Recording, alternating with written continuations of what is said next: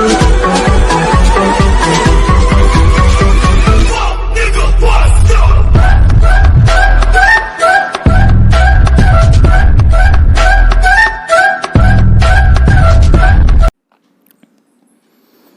Student, मैं सनी आप सभी का स्वागत करता हूं आपके अपने चैनल इलेक्ट्रिकल रिसर्च एकेडमी के ऑनलाइन पोर्टल पे। निम्न के क्वेश्चन सारे सॉल्व कर रहे हैं जो कि कोर सब्जेक्ट होता है तुम्हारे तरह से कहें तो बेसिक है, फंडामेंटल है, ये तुम्हारा ABCD है। इसके बगैर अगर कंपटीशन में जा रहे हो तो बहुत दिक्कत वाली बात है, ठीक है। इसलिए हम लोग निम्न का सेशन करा रहे हैं और लगभग सारे चैप्टर कराने का प्रयास किया जाएगा, ठीक है। आज हम लोग चैप्टर लेकर चल रहे हैं मैग्नेटिज्म और कैपेसिटर यानी चुंबकत्व और संधारित्र लेके चल रहे हैं। इसमें जितने भी इंपॉर्टेंट क्वेश्चन हैं सारे को हम लोग कवर करेंगे, ठीक है। सेशन पसंद आए बाबू तो इसको लाइक शेयर और सब्सक्राइब जरूर कर देना। पहला क्वेश्चन देखते हैं क्या पूछा है कि 3 कैपेसिटर हैं जो कि श्रेणी में लगे हुए हैं, तो इसकी वैल्यू कितनी होगी, तुल्यांक ये बताना है। देखो, अगर श्रेणी में कैपेसिटर लगता है तो किसकी तरह सॉल्व होता है, जैसे समानांतर में रेसिस्टेंस होता है उस तरीके से सॉल्व होता है, ठीक है। तो अगर इसकी बात करें तो हम क्या लिख सकते हैं इसको लिख सकते हैं 1/30 प्लस 1/10 प्लस 1/30। इसका एलसीएम लोगे तो 30 से ही आएगा, ठीक है। और ये कितना हो जाएगा 1 + 3 + 1। टोटल कितने हो गए सर ये हमारे टोटल हो गए 5 हो गए, ठीक है। जो ये 5 हो गए तो उल्टा करना पड़ेगा, तो 30/5 करोगे तो कितना आ जाएगा हमारा 6 आ जाएगा, यानी 6 माइक्रोफैराड। यहाँ पे ऑप्शन नंबर बी सही हो जाएगा। चलो अगला क्वेश्चन देखते हैं कि संधारित्र की इकाई क्या होती है। तो सर संधारित्र की इकाई होती है हमारी फैराड में मापी जाती है, ठीक है। ये किसका है, इंडक्टर है। ये हमारा किसका है, चालकता का है, और ये हमारा आवेश का है। इसको याद रखना है, यूनिट बहुत ज़्यादा पूछे जाते हैं एग्जामों में। चलो अगला क्वेश्चन है, एक संधारित्र का धारिता का मान क्या होगा अगर वोल्टेज दिया है 35 वोल्ट और आवेश दिया है 0.5 कूलम, ठीक है। तो हमको पता है सर जी C बराबर कितना होता है, Q/V होता है। C का मान निकालना है, Q का मान दिया हुआ है 5/10 कर देते हैं क्योंकि 0.5 दिया है। Q/V होता है, V कितना दिया है हमारा सर 35 दिया हुआ है, कोई दिक्कत नहीं है। इसको काट देते हैं, कितना हो जाएगा सर ये 7 हो जाएगा, ठीक है। कितना हो गया 7 हो गया, तो ये कितना हो जाएगा हमारा C बराबर हो जाएगा 1/70। अब 1/70 जब तुम सॉल्व करोगे तो तुम्हारा कितना आएगा 0.014 तुम्हारा फैराड का आंसर चला आएगा, ठीक है। 0.014 आंसर आ जाएगा, देख लेना। नेक्स्ट क्वेश्चन देखते हैं।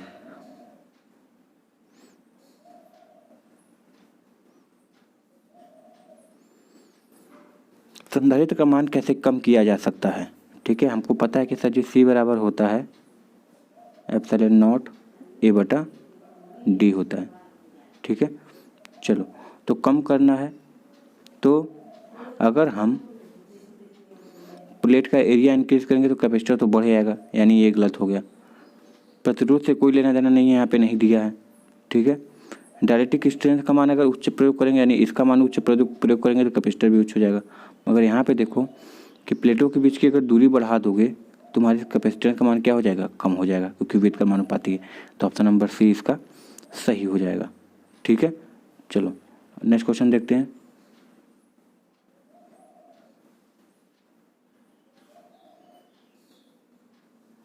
इनमें से कौन सा एक डायामैग्नेटिक मटेरियल है, ठीक है। डायामैग्नेटिक, डाया होता है, हम याद किए थे ऐसे हाई C को, हाइड्रोजन, सिल्वर या सिलिकॉन, कॉपर, ये सब होती हैं, ठीक है।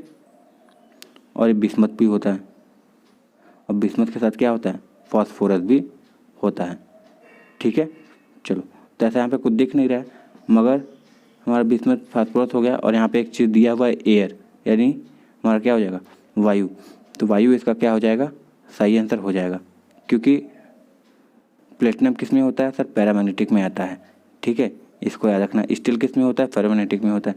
तो बचा क्या हमारा एयर हमारा डायमैग्नेटिक में चला आता है। चलो यानी पराचुंबकीय में।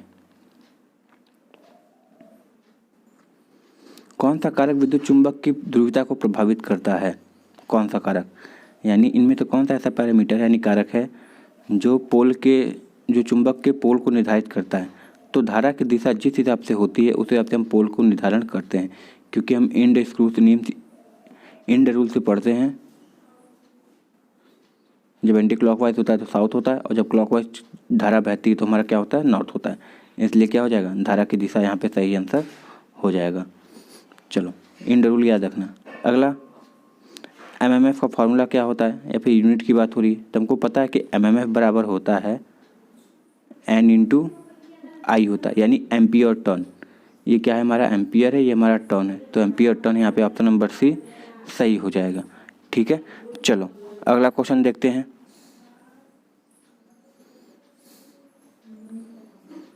What is the total inductance if 3 inductor L1 L2 और L3 क्या है, सीरीज में कनेक्टेड है। तो इंडक्टर उसी तरह जुड़ता है जिस तरह रेसिस्टेंस जुड़ता है। तो अगर जैसे वो जुड़ता है R1 + R2 + R3 ऐसे करके, उसी तरह इंडक्टर भी जुड़ता है L1 + L2 + L3 श्रेणी में, और समानांतर में जस्ट प्रतिरोध की तरह ही जुड़ेगा। चलो अगला क्वेश्चन देखते हैं। परमियंस की इकाई क्या होती है।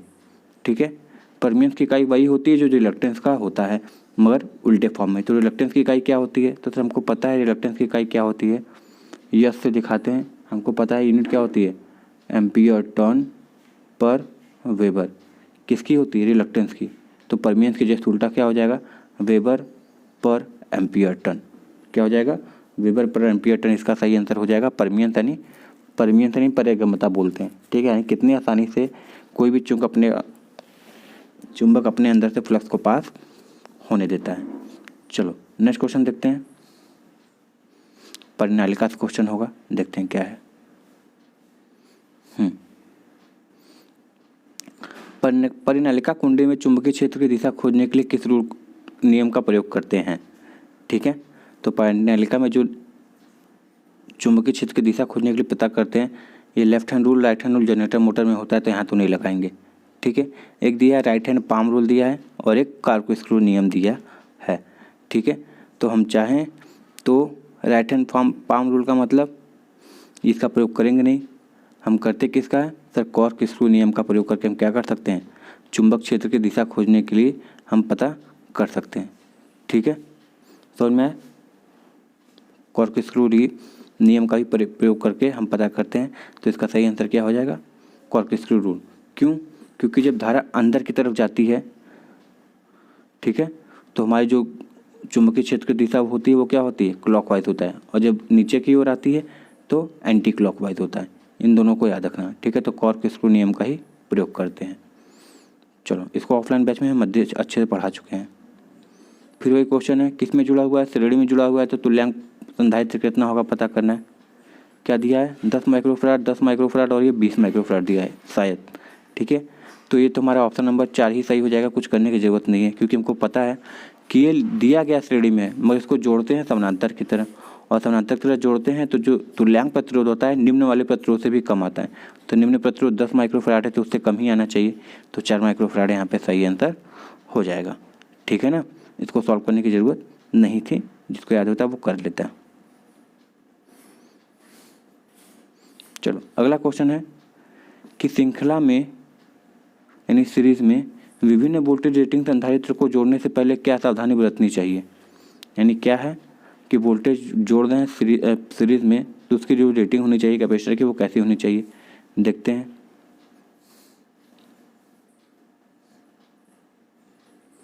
ऑल द कैपेसिटर यानी सभी कैपेसिटर एक ही निर्माता के होने चाहिए, ये जरूरी नहीं है, पहला कट गया। प्रत्येक कैपेसिटर वोल्टेज ड्रॉप इसकी वोल्टेज रेटिंग से कम होनी चाहिए। ठीक है, प्रत्येक कैपेसिटर के वोल्टेज ड्रॉप इसकी रेटिंग से कम होनी चाहिए, ये तो होना चाहिए, अगर ज़्यादा होगा तो क्या हो जाएगा, ये जल भी सकता है। अगला देखते हैं, कुल कैपेसिटर का मान संधारित्र के निम्नतम मान से भी कम होना चाहिए, ये एकदम करेक्ट है, क्योंकि जो सीरीज में जोड़ते हैं तो रेसिस्टेंस के पैरेलल की तरह जुड़ता है, तो जो तुल्यांक का संधारित्र का मान आता है, धारिता आती है, वो निम्न माले से भी निम्न होती है। इसलिए ऑप्शन नंबर सी क्या हो जाएगा, एकदम सही हो जाएगा। है, इसको मिलाओगे तो ये भी सही होगा, क्योंकि हम नहीं चाहते हैं कभी भी कि रेटिंग से ज़्यादा वोल्टेज ड्रॉप हो, नहीं तो क्या हो जाता है, वो कैपेसिटर फूंक सकती है, मगर ऑप्शन नंबर सी एकदम करेक्ट है। ठीक है ना, चलो अगला क्वेश्चन देखते हैं।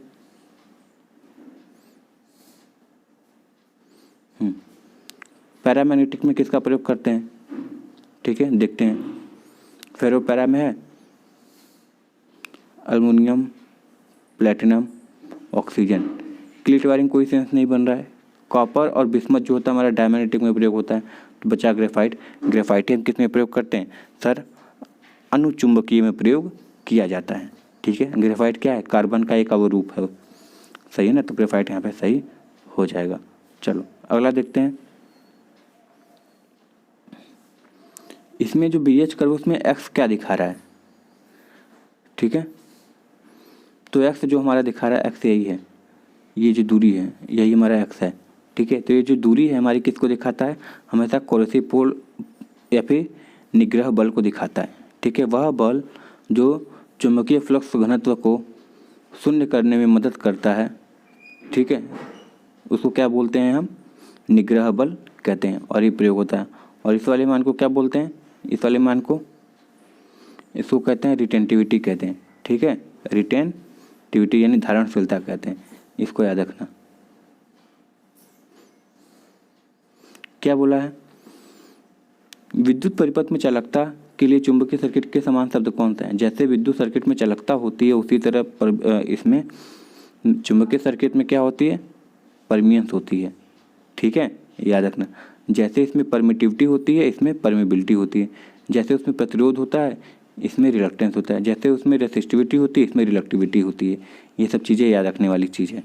ठीक है, चलो अगला देखते हैं। रिलक्टेंस की इकाई क्या होती है? अभी बताए थे ऊपर, क्या होता है? NI अपॉन वेबर होता है। तो NI मतलब एम्पियर टर्न प्रति वेबर, इसका सही आंसर हो जाएगा, यानी एम्पियर टर्न पर वेबर। ऑप्शन नंबर सी सही हो जाएगा। सही है, चलो अगला क्वेश्चन देखते हैं क्या है।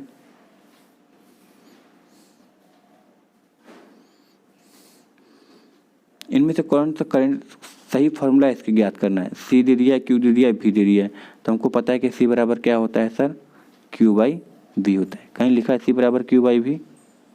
दिया है, ऑप्शन नंबर है C बराबर Q/V ही इसका सही आंसर हो जाएगा। ठीक है, चलो अगला।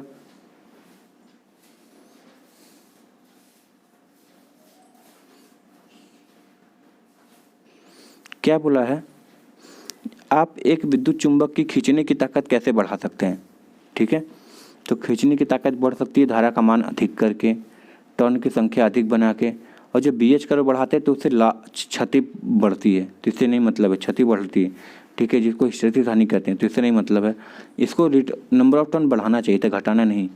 करंट का मान बढ़ाना चाहिए था, घटाना नहीं। मगर जब फील्ड की तीव्रता बढ़ा देते हैं तो इससे क्या हो जाती है? हमारी खींचने की ताकत बढ़ जाती है। इसलिए ऑप्शन नंबर ए सही हो जाएगा।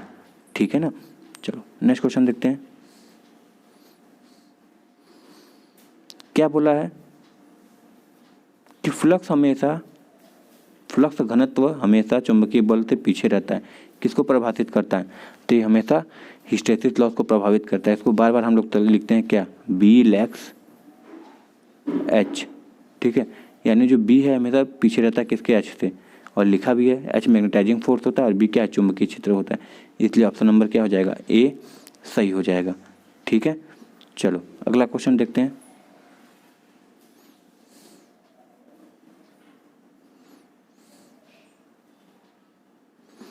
चुंबकीय क्षेत्र में रखी गई आसपास की धातु पर क्या प्रभाव पड़ता है?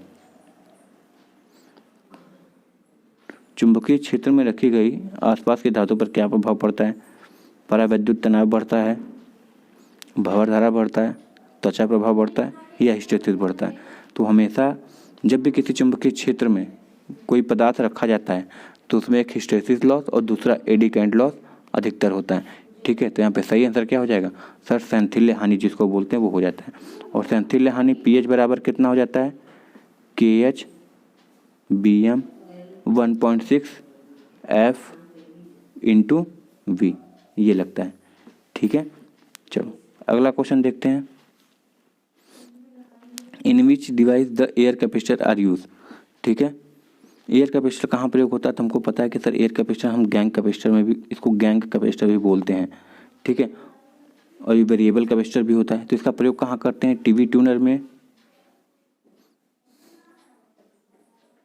ऑसिलेटर में, लाउड स्पीकर में, या रेडियो रिसीवर में? तो जो गैंग कैपेसिटर होता है अधिकतर, या फिर जिसको एयर कैपेसिटर बोलते हो, वेरिएबल कैपेसिटर बोलते हो, रेडियो रिसीवर में प्रयोग किया जाता है। किसमें? रेडियो रिसीवर में प्रयोग करते हैं। ठीक है ना। चलो अगला क्वेश्चन देखते हैं। यदि ध्रुवीकृत इलेक्ट्रोलाइट संधारित्र विपरीत रूप से जुड़ा हुआ है तो क्या होगा? संधारित्र पर कोई प्रभाव नहीं होगा, अत्यधिक गर्मी से कारण विस्फोट हो जाएगा, परिपथ में धारा कम हो जाएगी, या फिर संधारित्र का मान बढ़ जाएगा। तो क्या होता है? इलेक्ट्रोलिटिक कैपेसिटर एक ऐसा कैपेसिटर होता है, एकमात्र ऐसा कैपेसिटर होता है जिसमें पॉजिटिव नेगेटिव का सिंबल बना होता है, और इसको तुम कभी भी उल्टा नहीं जोड़ सकते हैं। जैसा बना है वैसे ही जोड़ना पड़ेगा, नहीं तो ये क्या हो सकता है? विस्फोट हो सकता है, फट सकता है। ठीक है, तो अत्यधिक गर्मी के कारण क्या हो जाएगा? ये विस्फोट हो जाएगा। सही है। चलो अगला क्वेश्चन देखते हैं क्या पूछा है। What is the diamagnetic substance? इनमें से कौन सा ऐसा है जो डायमैग्नेटिक सब्सटेंस है? ठीक है, तो देखते हैं। अल्प्लो क्या होता है? अल्मुनियम हो गया, ये प्लेटिनम ये हो गया। ठीक है, तो क्या है? Aluminium, platinum, oxygen. डाय का पूछा है तो ये तो हमको पता चल गया कि सर ये क्या है? हमारा पैरा सब्सटेंस है। निकल हमारा कौन सा है? तो सर निकल हमारा होता है, क्या बोलते हैं उसको? फेरोमैग्नेटिक है। बचा क्या? मैग्नीज और वुड। ठीक है, तो वुड और मैग्नीज में क्या होता है? हमारा जो मैग्नीज होता है ये हमारा किस में आते हैं? डायमैग्नेटिक में चला आता है। ठीक है ना। चलो अगला क्वेश्चन देखते हैं। फ्लक्स घनत्व की इकाई क्या होती है? तो फ्लक्स घनत्व की इकाई होती है बी बराबर सर होता है फाई अपॉन ए। फाई की इकाई क्या होती है? वेबर। इसकी इकाई क्या होती है? Metre square. तो क्या हो जाएगा? वेबर पर मीटर स्क्वायर या फिर टेस्ला इसका सही आंसर हो जाएगा। ठीक है ना। चलो अगला क्वेश्चन देखते हैं। कभी कभी गॉस भी दे सकता है।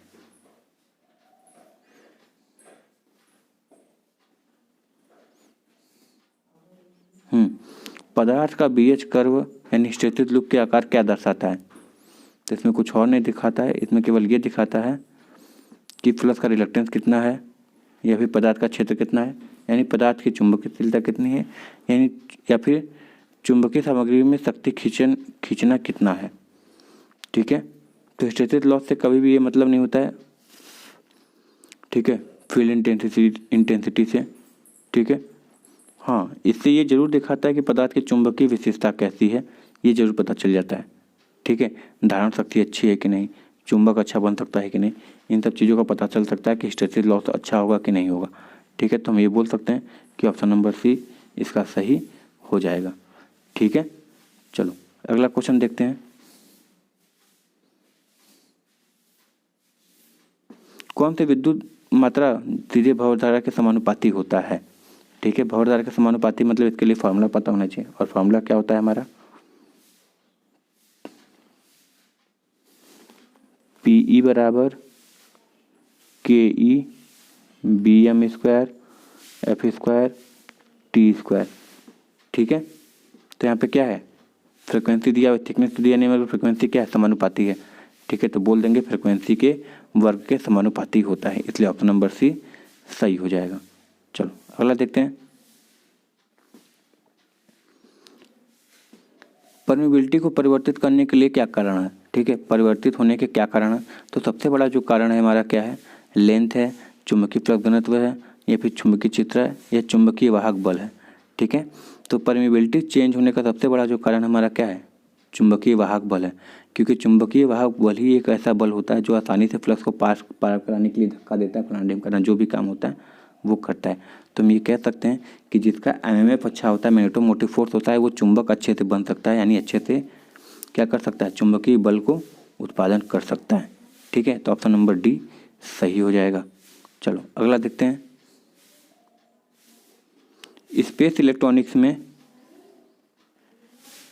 कैसे कैपेसिटर का प्रयोग होता है? ठीक है, तो ये तुम्हारे लिए होमवर्क है, तुम लोग जरूर कमेंट में बताना है कि किस प्रकार के स्पेस इलेक्ट्रॉनिक्स में किस प्रकार के हम उसका प्रयोग करते हैं कैपेसिटर का। ठीक है, देख लेना क्वेश्चन नंबर 28। अगला देखते हैं।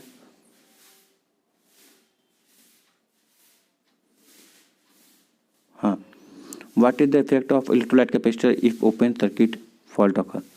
ठीक है, यानी इलेक्ट्रोलाइट संधारित्र में का क्या प्रभाव होता है अगर खुला परिपथ दोष होता है तो। ठीक है, नॉर्मल फंक्शनल करता रहेगा, फंक्शन नहीं करेगा, ब्रश हो जाएगा, या फिर क्या करने होगा, लीक होने लगेगा। तो ओपन सर्किट फॉल्ट में क्या होता है, ओपन सर्किट फॉल्ट की बात हो रही है, तो ओपन सर्किट फॉल्ट मतलब उसमें सप्लाई नहीं जा रही है। ठीक है, तो क्या करेगा, केवल कार्य नहीं करेगा। ठीक है, खराब होने के चांसेस बहुत कम है। खराब कब होता है, शॉर्ट सर्किट के केस में। ठीक है, तो जब ओपन सर्किट है, एक तरीके से कहो तो इलेक्ट्रोलाइट चार्ज नहीं होगा, चार्ज नहीं होगा तो खराब नहीं होता है। ठीक है ना, तो बस ये क्या करेगा, कार्य नहीं करेगा। अगला देखो,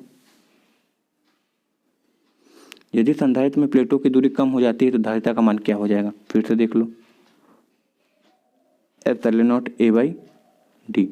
ठीक है, प्लेटों के बीच की दूरी यही है, डी है, तो अगर ये कम हो जाता है तो इसका मान क्या हो जाता है, बढ़ जाता है। तो बोलेंगे सर जी क्या हो जाएगा, संधारित्र का मान बढ़ जाएगा, यानी धारिता बढ़ जाएगी, इसलिए ऑप्शन नंबर डी सही हो जाएगा। ठीक है, देखो लगभग सारे क्वेश्चन 30 क्वेश्चन आज कवर किए। अगला सेशन, अगले क्वेश्चन नेक्स्ट सेशन में करेंगे। और बाबू सेशन पसंद आएगा तो इसको लाइक शेयर और सब्सक्राइब जरूर कर देना, सब्सक्राइब जरूर कर देना। मिलते हैं नेक्स्ट वीडियो में। Thank you very much and all the very best.